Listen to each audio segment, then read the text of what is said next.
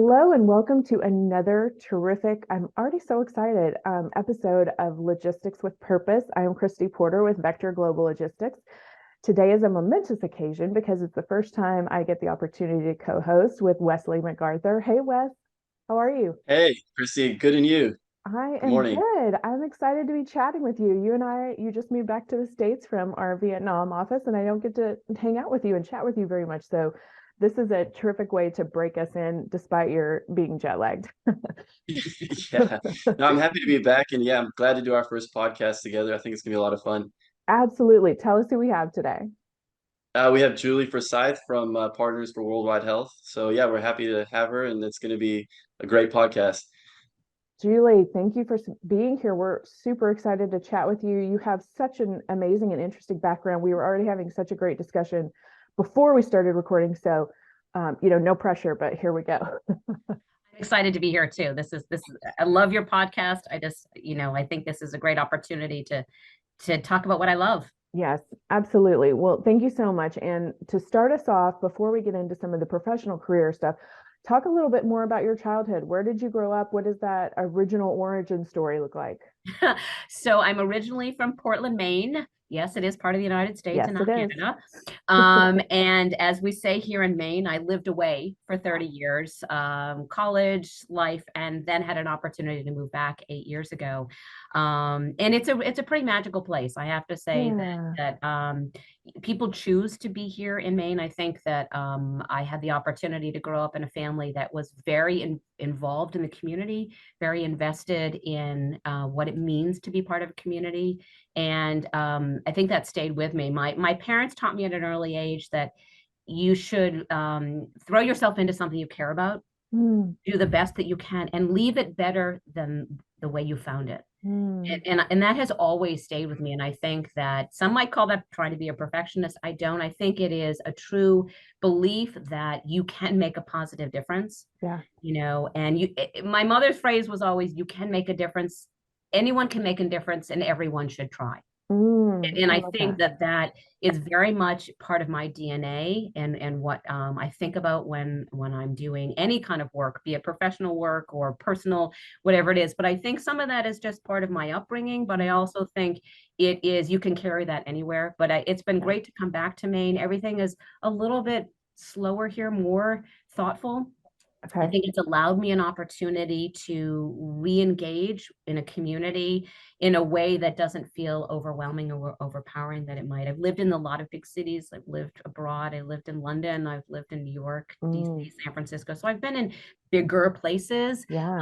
But I think having the opportunity to come back to Maine and do what I'm doing now at Partners for World Health is just a magical opportunity that if you had asked me 25, 30 years ago when I was heading off for my career, my Yes. college, I had very different visions of what the future would look like. But I think that's the beauty of time and maturity is we all navigate Mhm. and find opportunities that at some point it's more about who we are and what matters to us. And if you can match that to a career, that's amazing. Yeah. And I always encourage people to try a lot of things. Don't think that your first job is going to be your last job. Hopefully, you've tested a lot of different waters because Yeah. everything you learn, you take with you and you keep applying. So I think that also was taught to me that you don't need to have just one career. My father does have one career. My mother had a million. So it was sort of a fun balance Yeah. to see the differences. But I think taking risks is something I definitely was taught. Don't I be love that. afraid to be the lone tree in the forest, because if you really believe in something, there are people who will, they'll follow you and they'll support you in what you do. Fantastic. I love that. And Julie, what is one story from your earlier years that maybe shaped who you are and what made you do what you're doing now?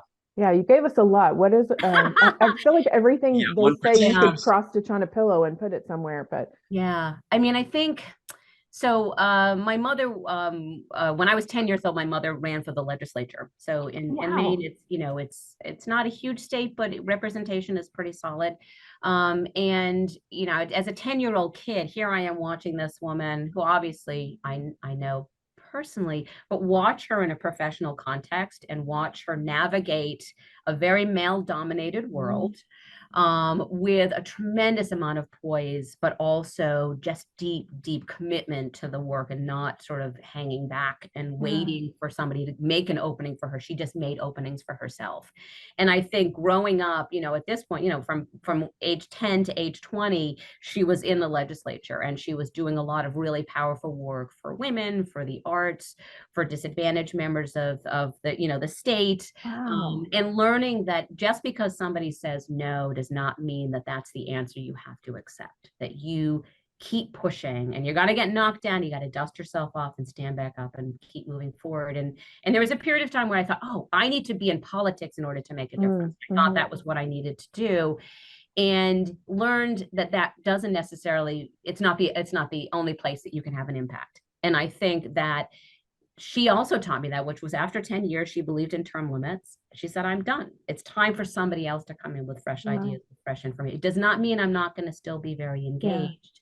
I will find something new. I'll find a new passion and a new project, so to speak. And that's been interesting to sort of watch, again, multiple careers, multiple opportunities, always taking something from the last experience and applying it to the next experience. And I think that's something that I try and also teach and explain to the people that I work with, which is nothing you've done in your past is wasted.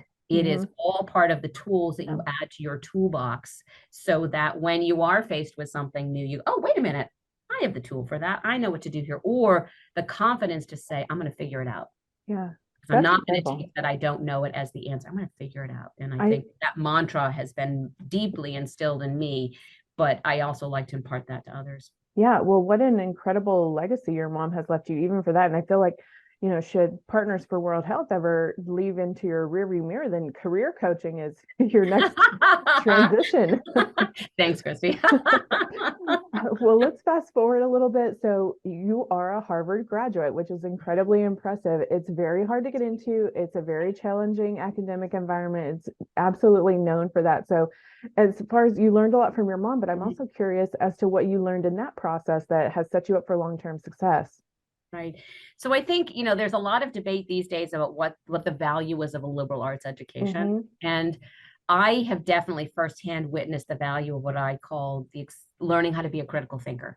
And I think that, if nothing else, that's what I took away from my time there. And it didn't have to be Harvard. It could be anywhere. I think having an opportunity to be in an academic environment where you are forced to think outside of your comfort. Well, what do you think, or how would you solve that?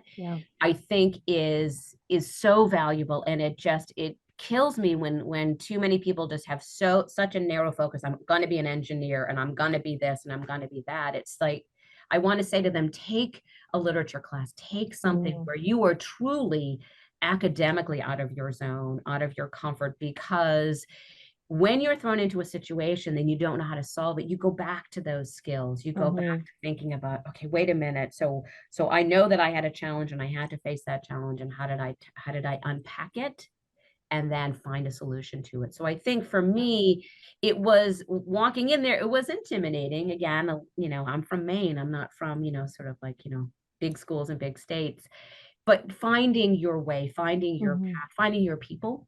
That was the other thing that I know that I took away from the experience, was finding others who have the same passions, have the same interests, and then also forcing myself to engage with people who were completely different from me, who may had very different political views. I have very strong opinions about things, but recognizing you can't have dialogue in a room alone. You have to engage with other people.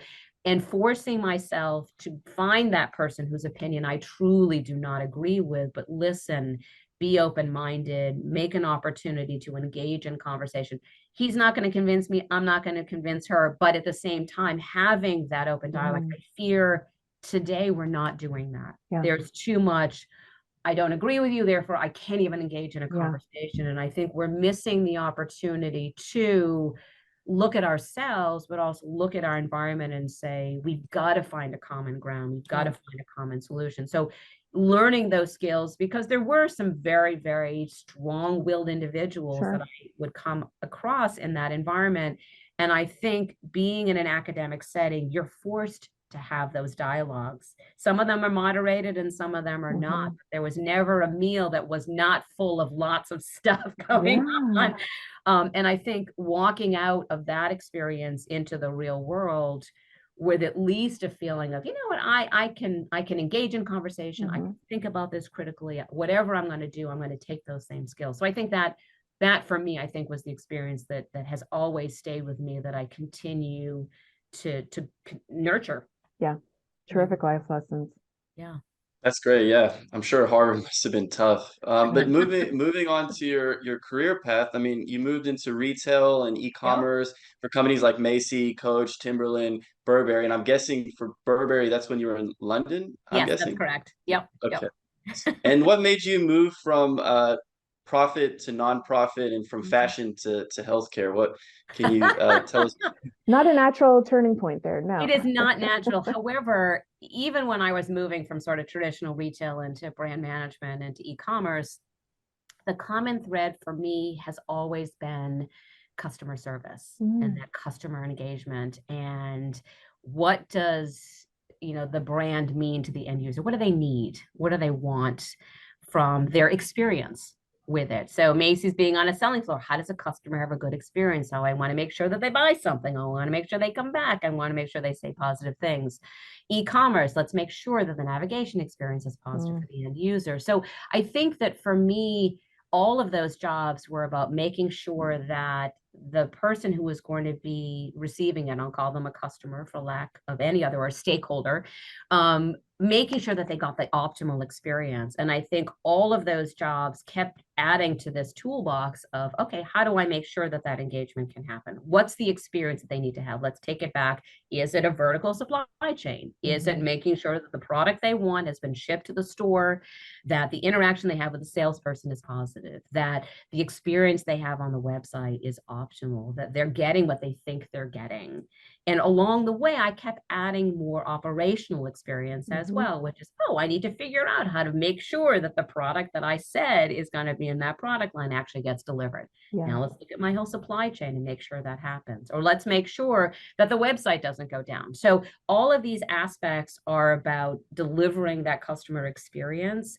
But along the way, there were a lot of other pieces that I had to learn that played into that. And after my experience with Burberry, we moved back to the United States, and I was living in Connecticut. And I kept looking for jobs in New York City. And I was like, I just want to go back into this whole fashion world. And I realized that I was getting close to jobs and I would just sort of self-sabotage them. And I was working with a recruiter who went, whoa, what keeps happening? And I stopped and I did a reassessment. I said, you know what? I'm done. I'm done with this. I need to feel a stronger sense of purpose for all of this work that I am doing, for everything. Like Burberry's a great brand, but it's not going to move anything in the world. And I need to feel closer to home and closer to what matters. So when I was in Connecticut, I moved into being on a board at a YWCA and learning about their programs and getting invested in the work that they were doing. And our executive director had to step aside. And so I stepped in as an interim. And I realized that, again, all of those skills that I had been building for 20 years could completely be applied to this new world that I was in. But the world wasn't so different. There's this misnomer that nonprofit means not profit. Absolutely. Yes. It's still a business. Clear it up for us, preach. Yes. Absolutely. So people have to understand that you still need operational excellence to deliver whatever that mission is, the mission work that you're doing. And if you are not making sure that you can pay anyone on your staff, or that you've got the right volunteers doing the work, or that you're delivering on the programs that you want, you're still going to fail. And it doesn't matter whether or not it lives in this nonprofit world. There has to be financial accountability and operational excellence always trying to be achieved. And so it was a great fit for me. I went, wait a minute, I had those other skills. I'm still very customer focused. Now I'm going to do this in a smaller environment so that I can not only do good work, but I can see it. And I can really feel it, that I've made a difference in a life, in a program, whatever it is. And so I knew that I had found the right fit for me. And then because of personal experiences, my husband was offered a job in Maine. We move up here to Portland, and I have in my head, I know that I want to be in this space. I just need to wait for the right opportunity. lo and behold, Elizabeth McClellan, who started Partners for World Health, who was an amazing nurse, was really running this on her own, very entrepreneurial, and said at a cocktail party to an acquaintance of my mother's, hey, God, I need somebody who can come in and add operational experience. And suddenly there was this connection that went, wait a minute, I know somebody who just moved to Maine. Elizabeth and I met and we just hit it off. And we knew that we had a great symmetry of her passion for the work that Partners does, which is collecting medical supplies and equipment from hospitals that are already going to be discarding them and repurposing them to get them to those in need in our communities as well as internationally through shipments to hospitals all over the world. And I went, wait a minute, I have the tools for that. And so for the last 5.5 years, I've been here doing that, working with Elizabeth and others to really make that passion a reality. And it all makes sense to me when I look at my resume and go, yeah, of course, this is where it's supposed to go, right? That whole notion of you land in places because the opportunities appear, but also there's a path and there's a purpose. And I'm still using all of my customer service experience. Our volunteers do 98% of what we do here. So that experience matters to them, making sure that the relationships that we have with our hospital partners are solid, and our, hospital partners internationally, or the people we work with to get the supplies, are also about personal connections and professionalism, and making sure that when you say you're going to deliver something, it happens. Right. So it still works. It's still all that customer experience, but now it's more, for me, it has a lot more personal meaning than just sort of the professional that I had before. Absolutely. That is terrific. So speaking of the right opportunity, let's talk about Partners for World Health. I know you kind of give a little bit of an overview just now, but let's back up a little bit. Tell us about Elizabeth founding this, the origin story, the mission, and your specific role there. Of course.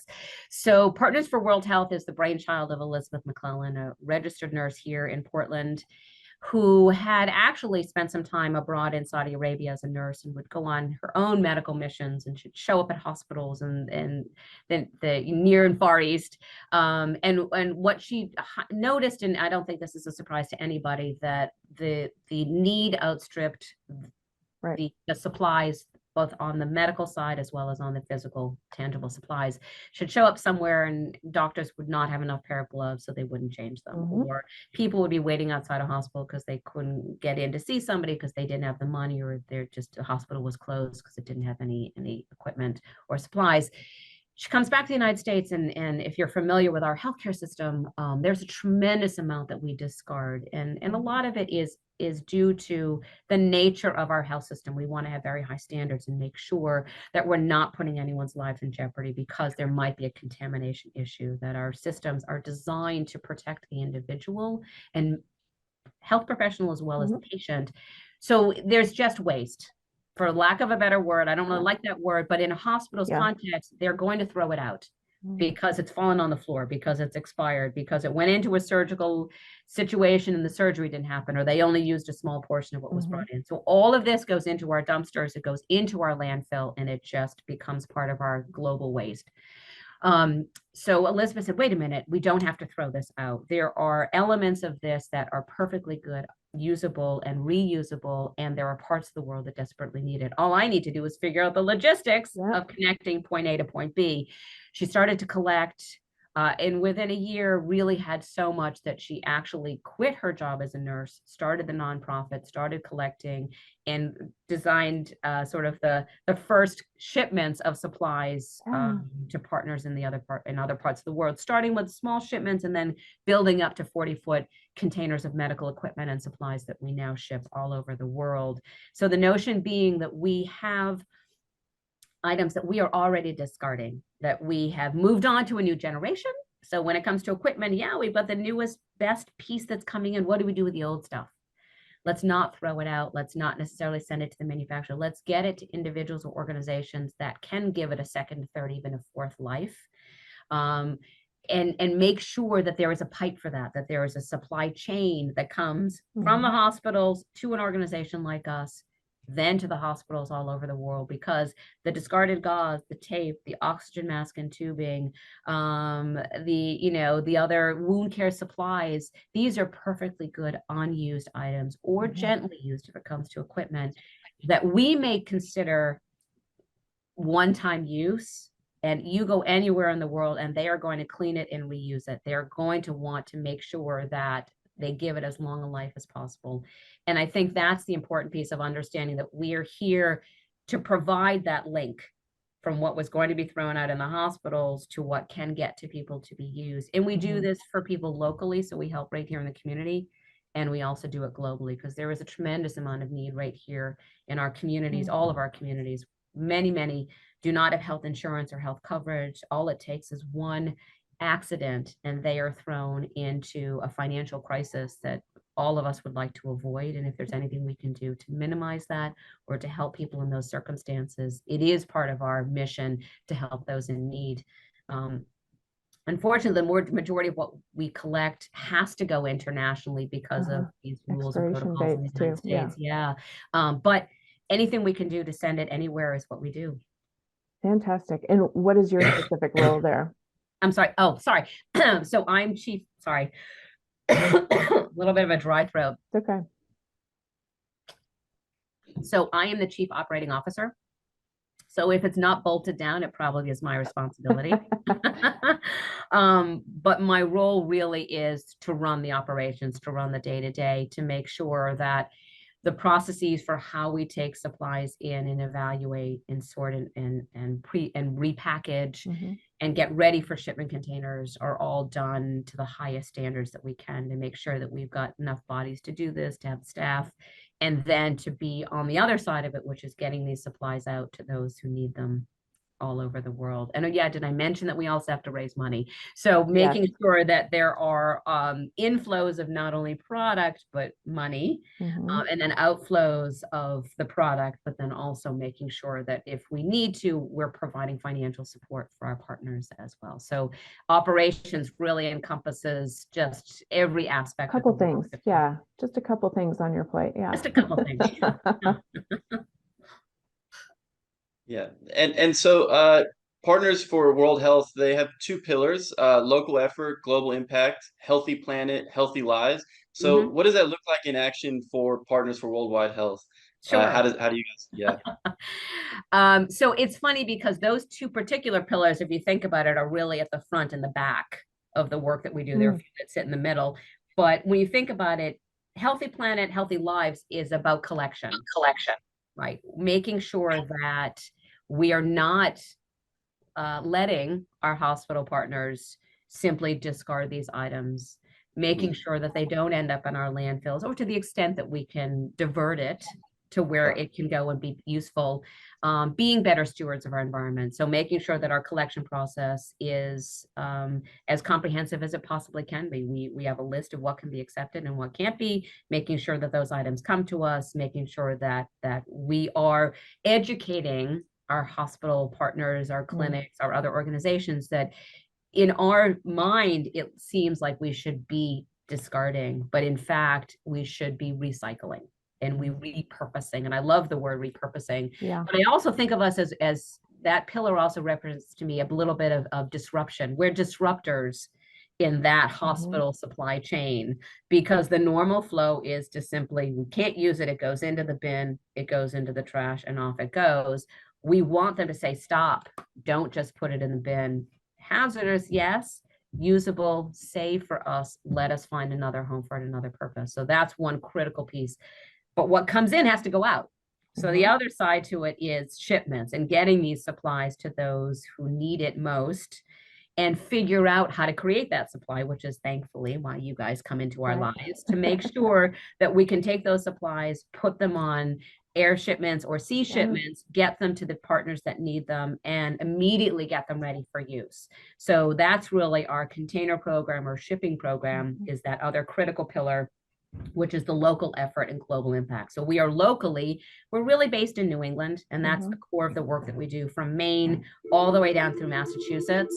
And it's just important for us to be able to get to our hospital partners as quickly as we can, because the more we take in, the more we can be processing and get back out. But we have to get it back out, because if we can't get it through our system, then now all we're doing is we're just another way station as opposed to being a fulfillment center. So our goal is to make sure that those two pillars are very much in balance, that what we take in, we can actually flow out, because the need is never ending. It's just a question of making sure that we have all the other steps in place and pieces in place to make sure that where we're sending it can get there safely, can get into the hands of the people who can use it. And we can do that hopefully on a repetitive basis. Yeah. Because the stronger our relationships are with an individual partner, the better we are at identifying their needs, delivering on those needs, and making sure that what we send is immediately valuable and is immediately used. So those are really critical pieces of the work that we do, both of those. Absolutely. And you talked about your local community. Where are some of your international partners located? So we do a tremendous amount of our work in Africa.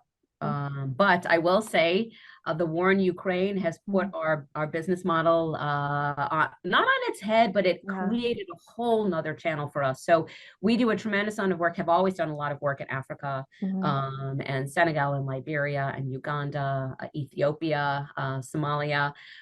We have also always been a really strong partner of an organization that works with refugees in Syria. So we were already in Europe with the Syrian work that we were doing. We are very committed to continuing to provide resources to a 10-year plus civil war going on in Syria, where many have sort of kind of forgotten that what was going on there. We have a very, very solid partnership. But Ukraine created a whole new opportunity for us. It really, and I hate to say that because I would absolutely prefer that we not be embroiled in the war that's going on there in Ukraine, but I feel very proud of the fact that the organization here was able to pivot very quickly and respond, find partners on the ground, get supplies over there. It was actually the first time that we activated air shipments. Prior to that, we had really only done sea shipments. And so that also created a new business opportunity for us to say, you know what, we can do this. We can build pallets and put them on a plane and get them out. So Ukraine last year was just a really, really critical partner for us. It's part of what we do. We respond to crisis. So we responded to Ukraine. We're doing even more in Syria and Turkey as a result of the earthquake. So we already had the supply chain built with our Syrian partners, but we also needed to figure out how to support the people in Turkey in that region. And so again, kind of quickly went into action. 5 years ago, we were helping Puerto Rico when the hurricanes hit. So we're built with two streams. One is an ongoing relationship and development of relationships with those partners all over the world that have a constant need. And then responding to those that are hit with a crisis, be it man-made or Mother Nature, and making sure that we have the ability to respond as needed. So as I said, we also do some work in Southeast Asia, but I will say that is more complicated just from an import restrictions, which you guys all know. So we go to the places that we know we can actually have the greatest impact. And for us, that really in the last couple of years has been Africa and Ukraine and Syria and Europe. Fantastic. I think what you're describing, a lot of people have felt in having to pivot, and definitely a need there, definitely a good cause. So thank you for your good work. Let's also talk about one of your really unique initiatives called Project 10,000. So explain that. I'm excited for people to hear more about this, and I think it's a really a lovely initiative that you have going. So tell us about Project 10,000. Absolutely. Project 10,000 actually is a maternal care initiative. We noticed, so in addition to the container work that we do, we actually do lead medical missions, 4 to 6 of them a year. And this is still Elizabeth's deep, deep passion. She personally delivers on the medical missions. She leads them. And what she was noticing, and this was now probably 4 or 5 years ago, that you show up in a village in Senegal and the primary patients that you see are pregnant women. And what is noticeable, and this is, the World Health Organization is really highlighted this as well, that too many women who are pregnant are not getting maternal care. They're not getting prenatal information. They're not getting health information. And they're also not getting a critical package of what we call a birthing kit, which are items that a midwife can use for a traditional vaginal delivery for somebody. So what we have done is we've partnered that birthing kit with maternal education.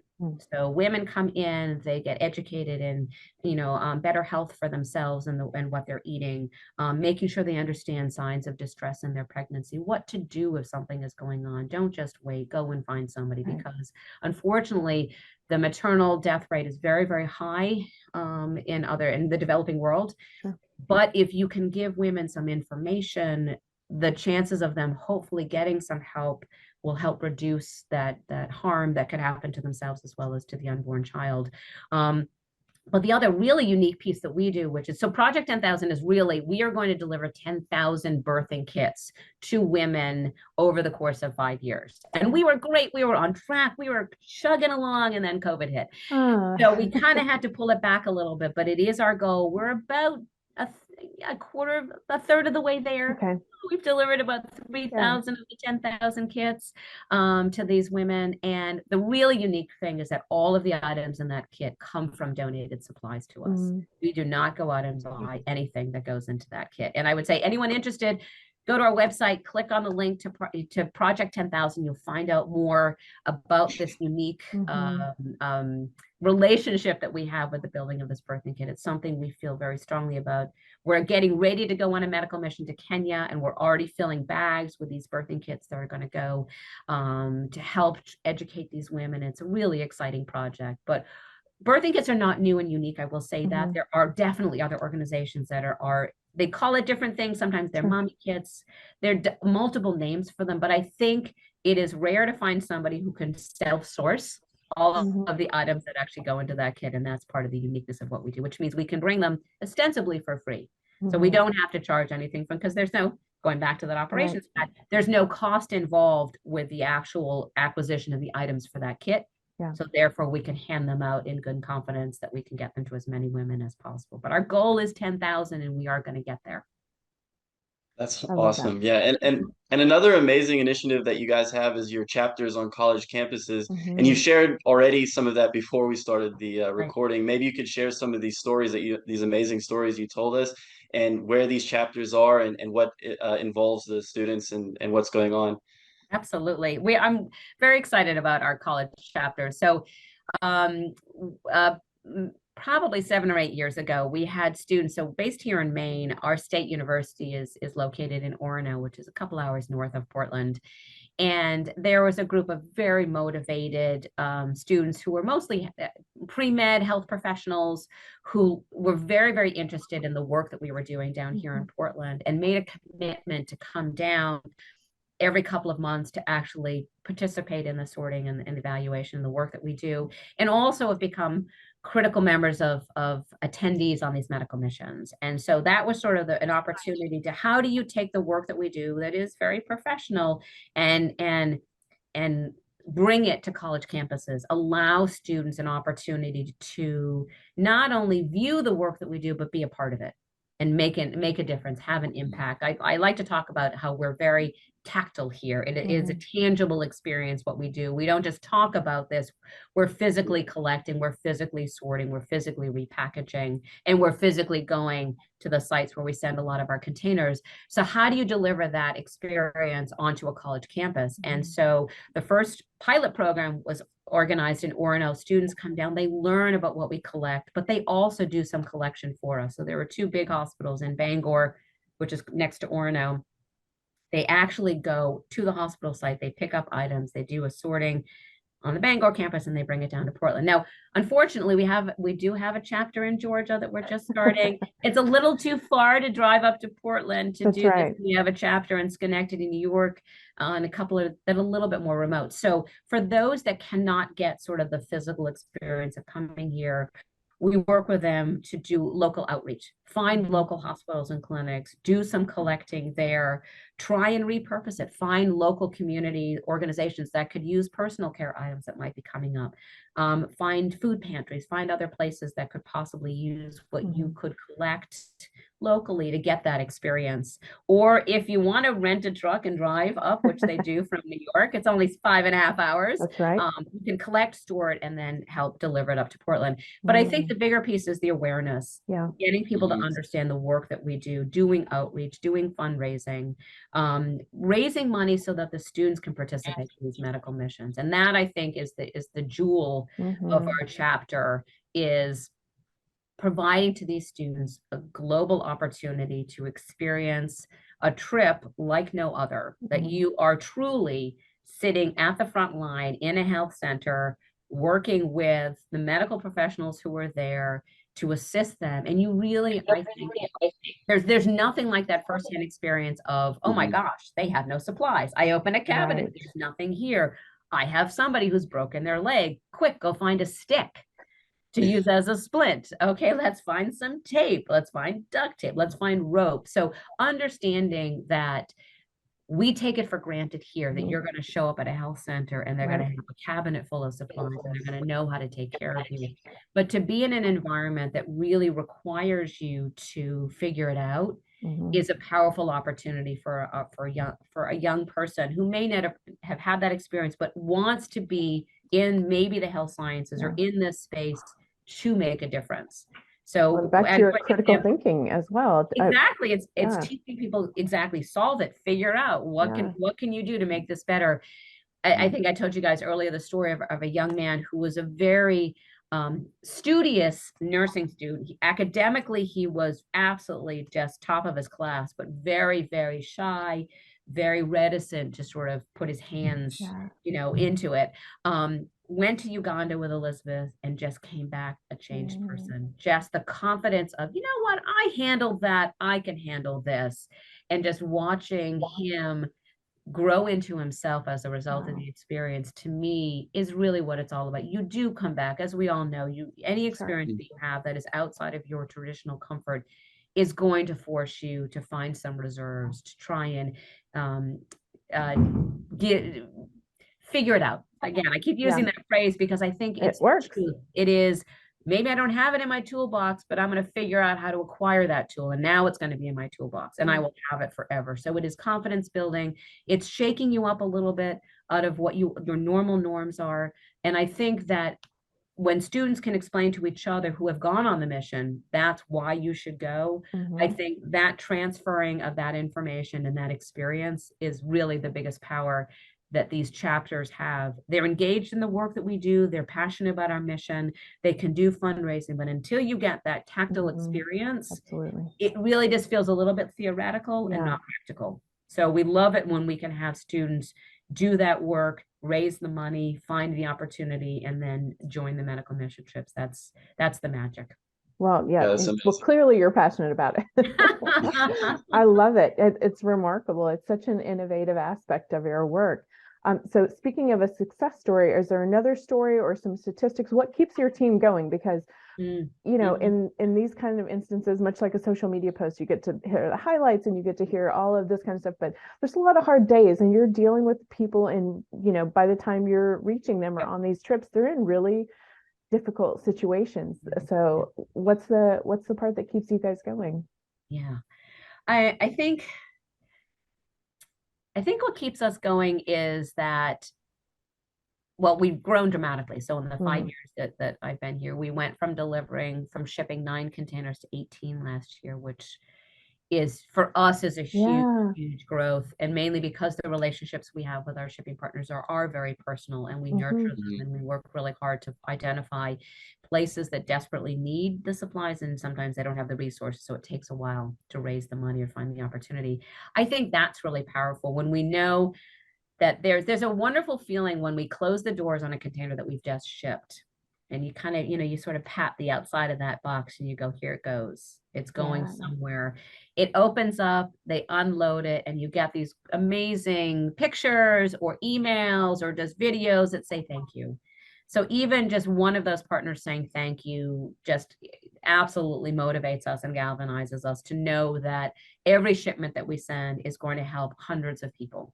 And that is really powerful for us. So I know that is what motivates us, knowing that we're also being better stewards of Mother Earth. knowing that there is a way to stop this all from ending up in our landfill, that there is a solution to that, that all you have to do is think a little more creatively and be willing to put in a little bit of time to be that disruptor. That matters a lot to us. So we know that we can save over 600,000 pounds of medical supplies being discarded every year. That sits really strongly with the team. I think what's also important is that as we have grown, we've built a team of people to do what we do, where we went from 1, we're now up to 12, which is amazing. Yes. So there's a camaraderie of the team, and we're able to spend more deeper dive time into an area that before we were just literally skating the surface just to try and get things done. So we're doing a better job of really listening to what the needs are and reacting to them. I think that's powerful, to be able to stop for a minute, take a breath, know that you've got a partner working with you on something, and knowing there's a lot of collaboration. I think that motivates us. But I will say, it's our volunteers that keep us going. I think I mentioned earlier, 98% of what we do is still done by volunteers. Wow. We have 30 to 50 people in here every day doing the work that we do. And their stories matter. Many are retired, many have been in the health sciences, many have not, but they care deeply about our work. And I think even when you're having a frustrating day, I know that I get up and I go and I just have a quick conversation with somebody, and the juices flow again. And I'm refocused on what we do, because a lot of it is challenging. We think we're sending something and then the container gets canceled.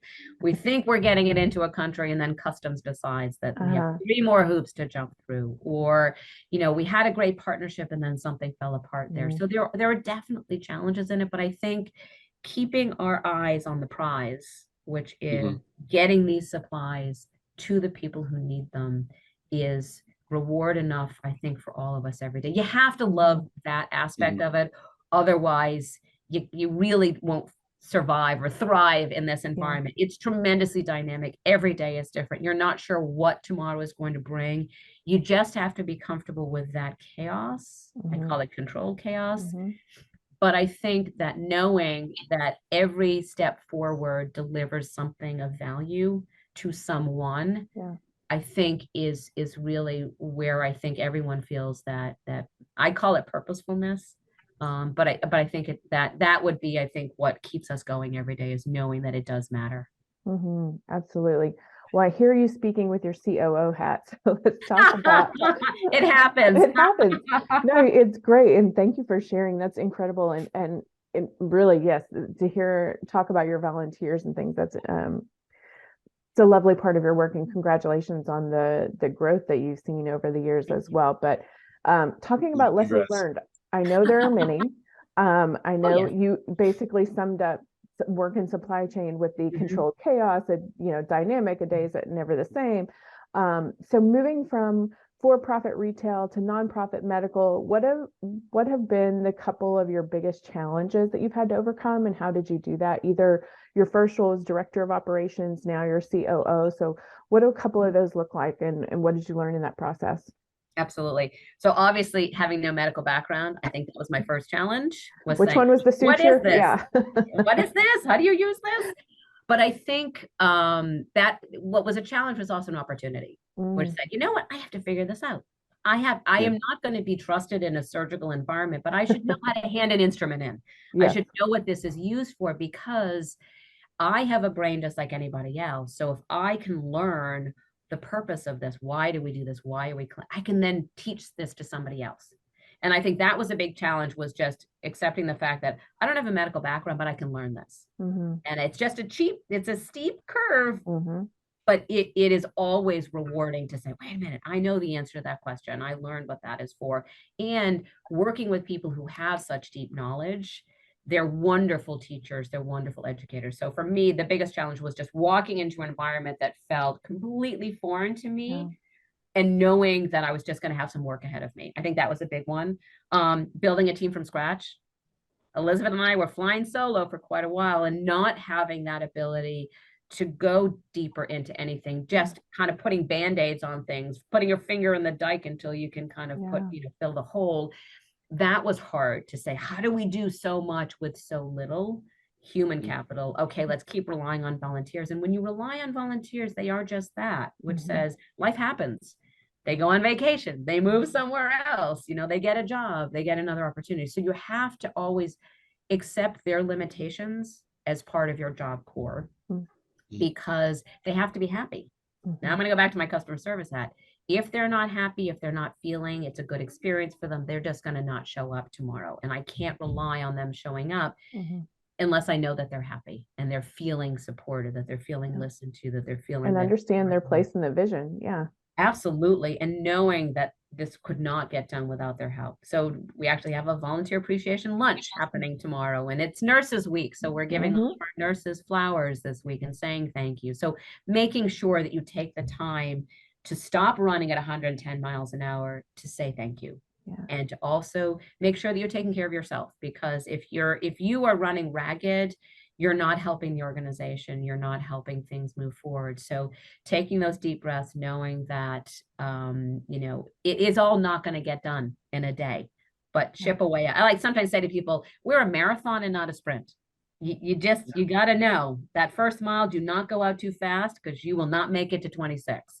So you just got to pace yourself and know, okay, what can get done today? What is most critical to get done today? What can wait until tomorrow? You know, what do I have to make sure that I am protecting in terms of work versus what can slide? So I think learning that balance, I think was absolutely challenging. But I think also going from what Elizabeth ran as an entrepreneur, as an individual, and building a team around that, you got to trust people. The minute you add a new job, you have to trust that that person can learn that job and hopefully will do it better than you did it. Because in that wonderful corporate structure, if you are empowering people, you want them to grow, you want them to feel invested and want to take your job. So when I was director of operations, I was like, cool, I want to get to the next level, which is COO, but that means I need to have somebody behind me filling in that job. So every time we started to sort of grow more, I had to sit down and go, okay, what role does somebody need to step in and do? Or what do I have to give up to give to somebody else? So what does Elizabeth have to give up to let somebody else do that? And it's hard to go from an entrepreneurial mindset that you just are running and chasing after things to slow down and go, okay, that's kind of a nice little shiny object over here, but it's not part of our mission. Let's keep staying in our lane and let's keep moving forward, because we know that there are going to be other issues, other crises that we do need to attach our attention to. But if we chase after everything, we'll burn ourselves out. We'll never actually get to where we need to go. And trying to train an entrepreneur to do that is hard, because you don't want to stifle that passion and that energy and that motivation, which is why we're all here. But and what could be, you're always thinking what could be. And but what to about say no to what could be is hard. Exactly. So trying to sort of rein that in a little bit, you know, it's a delicate balance in any organization. Where do you go after growth, or where do you stay where you are and make sure that what you're doing it with the highest level of competency and excellence? It's always a little bit of give and take. So I think those have been some of the just sort of, you know, traditional challenges. And then, as I said before, there's always going to be a need. There's always going to be someone, you know, discarding supplies. How do we get everywhere? How do we hit every hospital? How do we stop everyone from throwing this stuff out? How do we send this to every hospital possible? It's just not feasible to meet all of that need.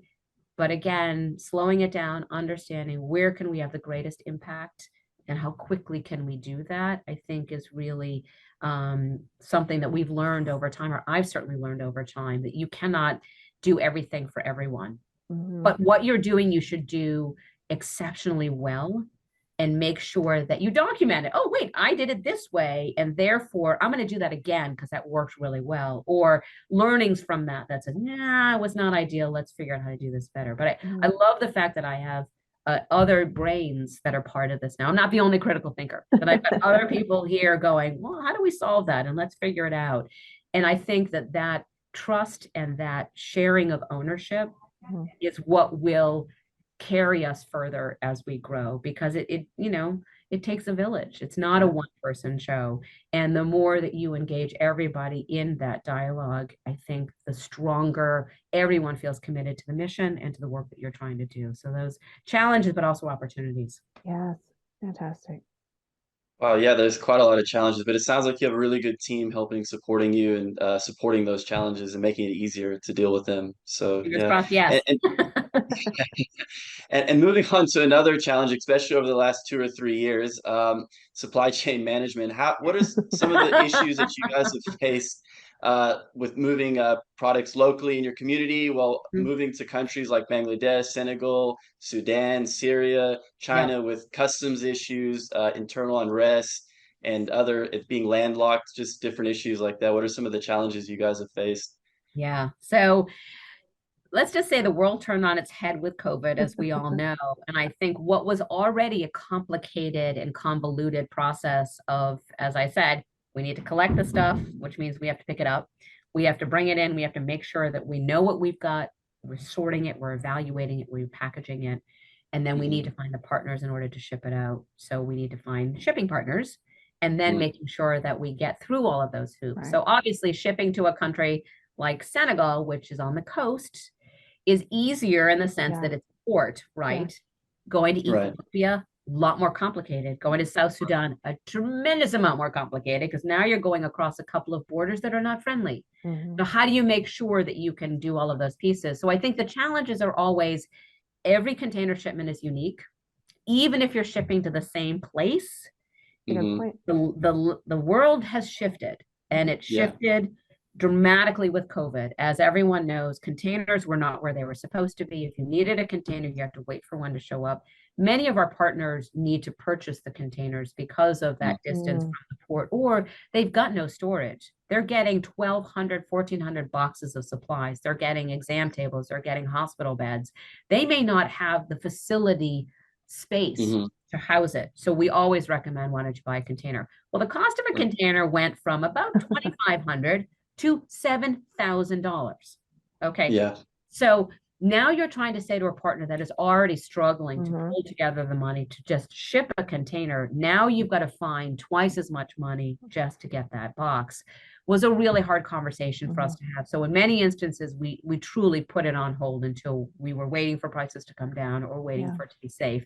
Then you run into situations where you're all ready to go. You're teed up to go. And then suddenly, guess what? Now there's political unrest in Sudan. I guess we're not going to ship that into that country.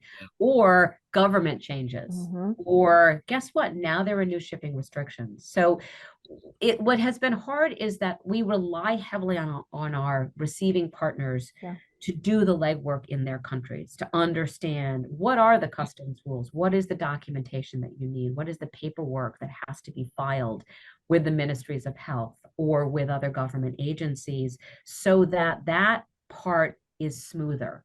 Because Hmm. unfortunately, sitting here in Portland, Maine, I do not have that purview to the inner workings of what are government Right. or regulatory, institutions that might live in a particular country, which is why we love relying on folks like you guys at Vector to say, hey, just so you know this, can you reply? It requires this kind of an inspection, or if you're going to here, it's going to require. So having that information, we Mhm. need those inputs to help us make good decisions about whether or not it's safe, it's viable for us to do this, if our partners have the credibility to get these items on the other side. Because as we all know, everything requires money.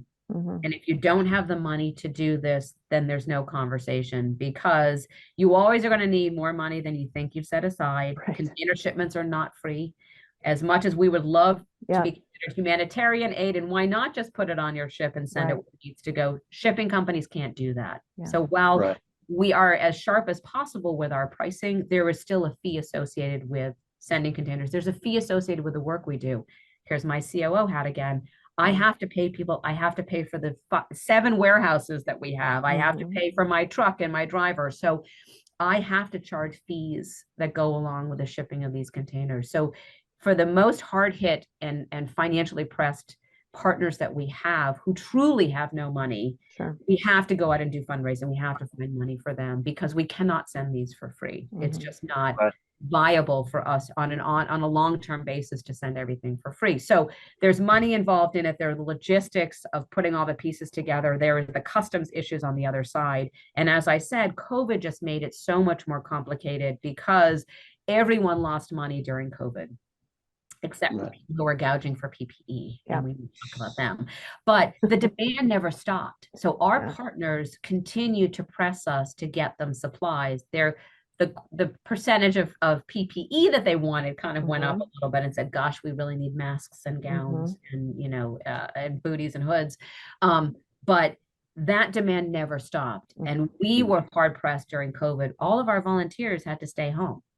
When we had sort of a shelter in place order that was put even here in Maine, we could not ask our volunteers to come in. We had to pivot and figure out how do we get them to do work at home. So we had luckily, we were able to bring them back in smaller quantity with all of the protocols in place with distancing and face shield, masks and gloves and all of that.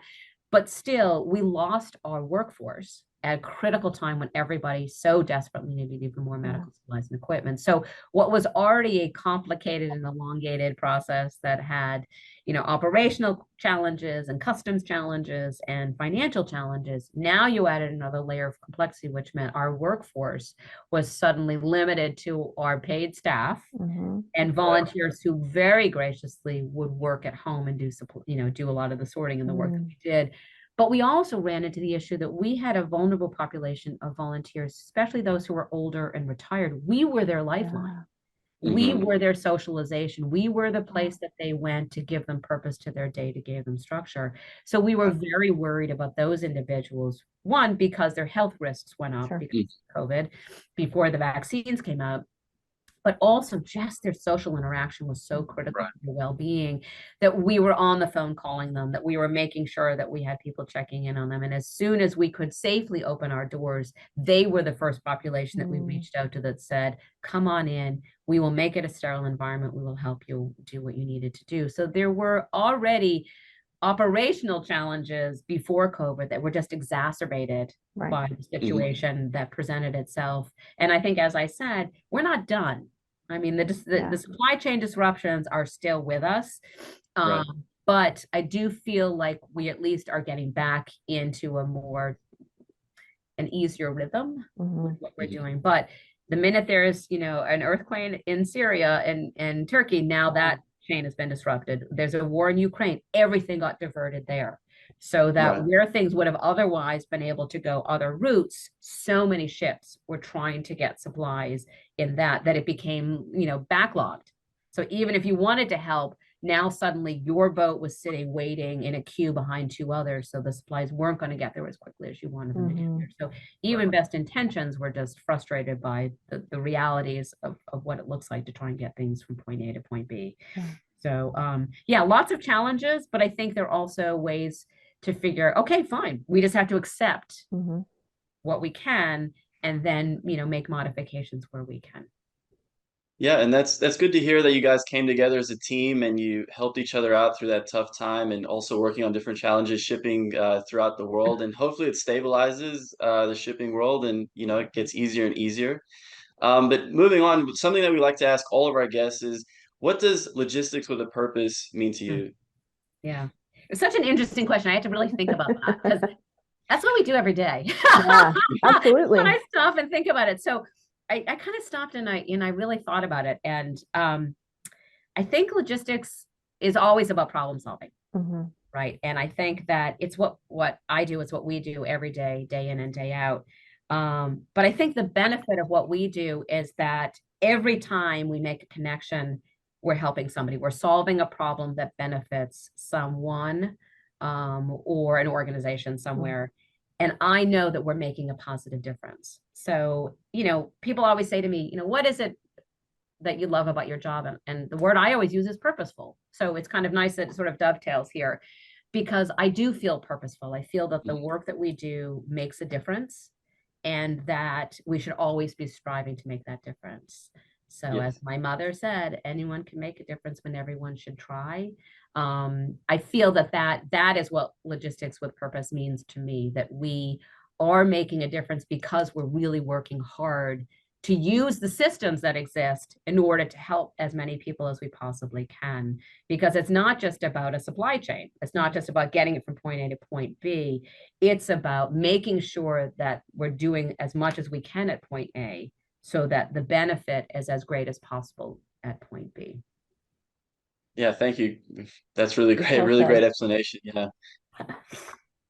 And just to wrap up, what are some of the ways our listeners can connect with you and, of course, support partners for World Health?